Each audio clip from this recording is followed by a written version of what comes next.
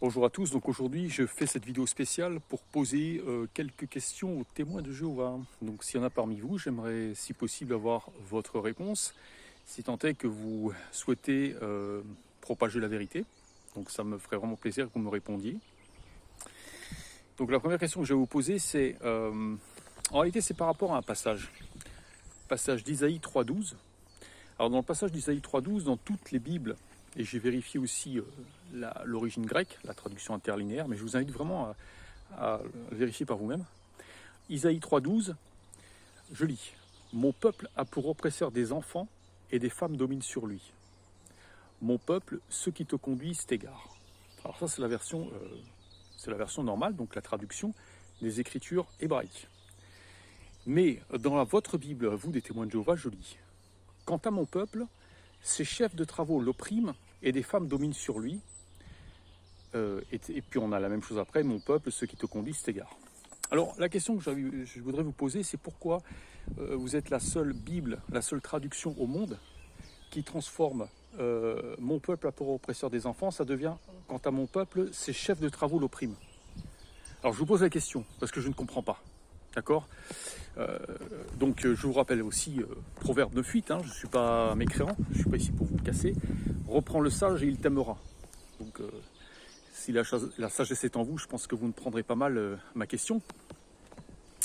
Alors, moi je remarque aussi, si vous voulez, que chez vous, j'ai beaucoup entendu, parce que je vous ai fréquenté de nombreuses années, que vous dites en fait que vous êtes la seule vraie religion. La religion des premiers chrétiens, d'accord ? La religion des premiers chrétiens. Alors, je vous poserai quand même la question suivante, c'est quand Jésus a dit, par rapport à son sang, donc à son corps, donc le pain et le vin, Jésus a dit, prenez et mangez-en tous, et prenez, buvez-en tous. Je ne sais pas pourquoi vous, dans la commémoration, c'est pas tout le monde qui boit et qui mange le pain. Il n'est pas spécifié que c'est seulement une élite qui doit le prendre. Donc déjà, il y a un gros problème par rapport à l'obéissance à Jésus. Donc ça, c'est une chose. Et deuxième chose, mais gentiment, je vous le dis, pour vous aider. Quand vous dites que vous êtes la seule religion, la seule vraie religion, et que toutes les autres religions, ce sont des religions sataniques, c'est fort de dire ça. Ça veut dire que vous dites que vous croyez au-dessus des autres religions, c'est ça ? Ou que vous êtes la meilleure religion. Je ne sais pas si je me trompe. Alors, je souhaiterais quand même vous dire, en Proverbe 16.5, « Tout cœur hautain est abomination devant l'Éternel », ou abomination devant Yahvé, si vous préférez. Donc, tout cœur hautain est abomination devant Yahvé. Alors, voilà. Peut-on dire qu'on est plus sage et plus avisé que les autres ? Est-ce que ce n'est pas une preuve d'orgueil ? Est-ce que vous êtes sûr d'être dans la vérité ? Est-ce que vous êtes sûr d'être la vraie religion ? Parce que chaque fois que vous faites des prophéties qui ne se réalisent pas, vous dites que c'est l'imperfection, c'est que vous êtes des hommes et que, je sais bien, on est tous des hommes. Mais dans ces cas-là, il ne faut pas prétendre des choses qui ne sont pas vraies. Alors, le problème de tout ça, si vous voulez, c'est que quand je lis Proverbe 10.18, alors attendez, non, autant pour moi, c'est pas Proverbe 10.18, c'est 1 Jean 1.6. 1 Jean, donc première lettre de Jean 1.6. Si nous disons que nous sommes en communion avec lui tout en marchant dans les ténèbres, nous mentons et nous ne mettons pas la vérité en pratique. Alors, vous avez vraiment à considérer ce passage de la Bible. Alors je sais évidemment que ça ne plaît pas. Moi je ne suis pas ici pour critiquer, d'accord ? Mais je souhaite rappeler que nous n'avons qu'un seul enseignant, Jésus-Christ. Alors je me pose la question, pourquoi il y en a qui transforment un petit peu ce que Jésus a dit, qui disent non, c'est pas comme ça, c'est comme ça. Je sais par exemple que les catholiques disent que, vous savez que chez les catholiques, dans l'église catholique, la doctrine de l'église prime sur la Bible. Bon, pour moi, c'est de l'idolâtrie. Et deuxièmement, suivre des idéologies extra-bibliques, j'attribue ça à de l'idolâtrie. Mais après, c'est mon point de vue personnel. D'accord ? Et donc le problème qui se pose aussi, c'est que quand on vous fait des remarques et quand on vous dit ce qu'on pense, vous n'acceptez pas que les gens vous disent ce qu'ils pensent. Je sais que sinon, tu manques de foi, tu dois avoir foi en l'organisation. Voilà, c'est le manque de foi. Manque de foi en quoi ? Manque de foi en l'homme. moi dans la Bible il est écrit maudit l'homme qui place sa confiance en l'homme, tiré du sol. Donc peut-on faire confiance en l'homme? Dois-je avoir confiance en une organisation? Je vous pose la question sérieusement. Ensuite vous avez donc psaume 15, 23, celui qui marche dans l'intégrité pratique la justice et dit ce qu'il pense vraiment. Donc j'ai le droit de dire ce que je pense et j'ai le droit d'être dans l'intégrité. Donc vous devez accepter. Je ne suis pas forcément intègre, hein. Je ne dis pas ça. Mais vous pouvez très bien avoir des gens qui viennent vous dire ce qu'ils pensent et qui sont intègres. Pas parce qu'ils vous disent ce qu'ils pensent et que ça va contre vous que c'est automatiquement des mécréants, des apostats. Hein? Faut arrêter avec ça. Alors, quand vous, par exemple, vous dites aussi également qu'il n'y a pas d'enfer, alors il n'y a pas d'enfer, hein, chez les témoins de Jéhovah, il n'y a pas d'enfer, c'est la mort. C'est vrai que dans les Écritures, on dit le salaire du péché, c'est la mort. Je suis complètement d'accord. Maintenant, est-ce que quelqu'un est déjà passé par la mort? Est-ce que déjà quelqu'un est passé par la mort et vous vous a dit comment c'était? Alors dans la Bible, on vous dit que dans la mort, il n'y a pas de pensée, il n'y a pas de projet. Oui, mais vous pouvez être très bien dans un état où vous n'avez ni pensée ni projet, mais que vous existez dans une réalité horrible. Quand Jésus, par exemple, parlait de l'homme riche et de Lazare, vous voyez bien que le pauvre est arrivé dans une réalité différente du riche. Que le riche était dans les tourments. Que le pauvre était dans le sein d'Abraham, était protégé. Vous voyez bien que dans la Bible est écrit que pour les siècles des siècles, ils souffriront jour et nuit dans le feu de la géhenne, dans le feu éternel, dans le soufre et dans les ténèbres. Vous savez, je vais vous dire une chose. Il y a des gens qui ont eu des expériences de mort imminente. Il y en a plein. Beaucoup. Mais personne n'y croit parce que ça n'arrange pas les gens. Les gens, ça ne les arrange pas quand vous leur dites ça. Quand vous leur dites qu'il y a un enfer, ça ne les arrange pas. Eux, ce qu'ils veulent entendre, c'est il n'y a pas d'enfer.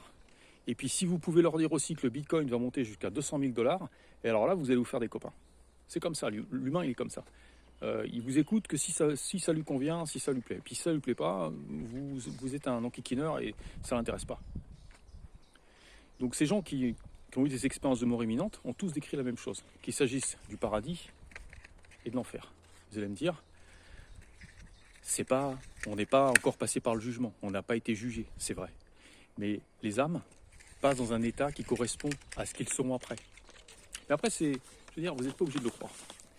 Mais alors, là, ce que je vous invite vraiment à considérer, c'est que tous ceux qui sont passés, tous ceux qui ont vu le royaume, ils ont tous dit la même chose. Ils ont dit que c'était une cité d'or, avec des pierres précieuses, avec des couleurs qu'il n'y a pas sur terre, avec des animaux, avec des plantes.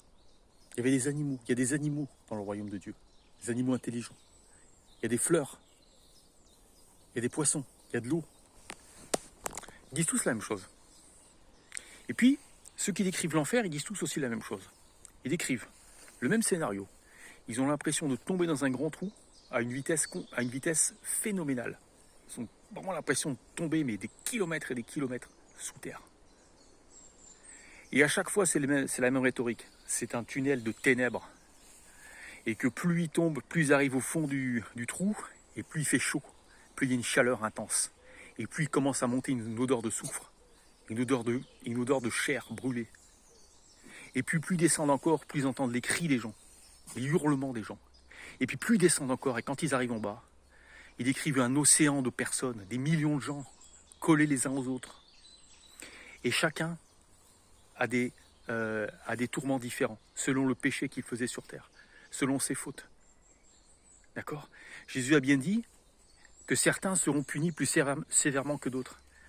Alors je pose la question, quand je dis ça aux témoins de Jéhovah ou à d'autres, ils me disent non mais c'est imagé en fait, c'est-à-dire qu'ils seront réprimandés le jour du jugement. Enfin, réprimandés, je ne comprends pas.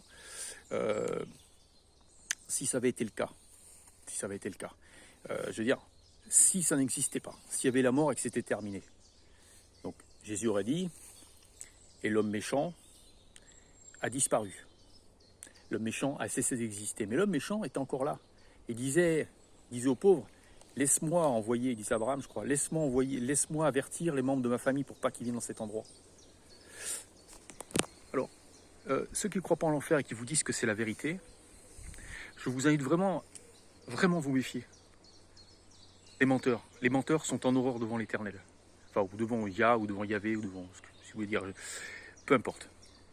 Mais méfiez-vous, vous n'aurez pas de deuxième chance. Si sur cette terre, vous faites l'erreur de suivre des faux enseignants, des menteurs, au lieu de suivre les enseignements de la Bible, vous commettez l'idolâtrie, et en conséquence, vous serez horreur devant Dieu. Donc si vous êtes horreur devant Dieu, vous serez puni. Voilà. Bah, écoutez, si vous avez des réponses à me donner, ma foi, ça m'intéresserait. Ça m'intéresserait, je suis ouvert à toutes vos remarques. Et j'espère que je n'ai pas suscité la colère et le dépit. C'est pas du tout l'idée. Au contraire, je pense que quand on veut répandre la vérité, il faut avoir le courage aussi d'affronter les critiques. Hein, ça fait partie un petit peu de la vie. Sinon, on vit dans une société fascisante, comme on vit maintenant, où dès que vous dites ce que vous pensez, vous êtes traité de criminel, de calomniateur, parce que vous n'allez pas dans la doxa du moment, vous ne plaisez pas la société. Et malheureusement, les religions sont pratiquement toutes comme ça. Hein, c'est la fascisation. C'est que, on peut pas, comment dirais-je, on peut pas dire ce qu'on pense.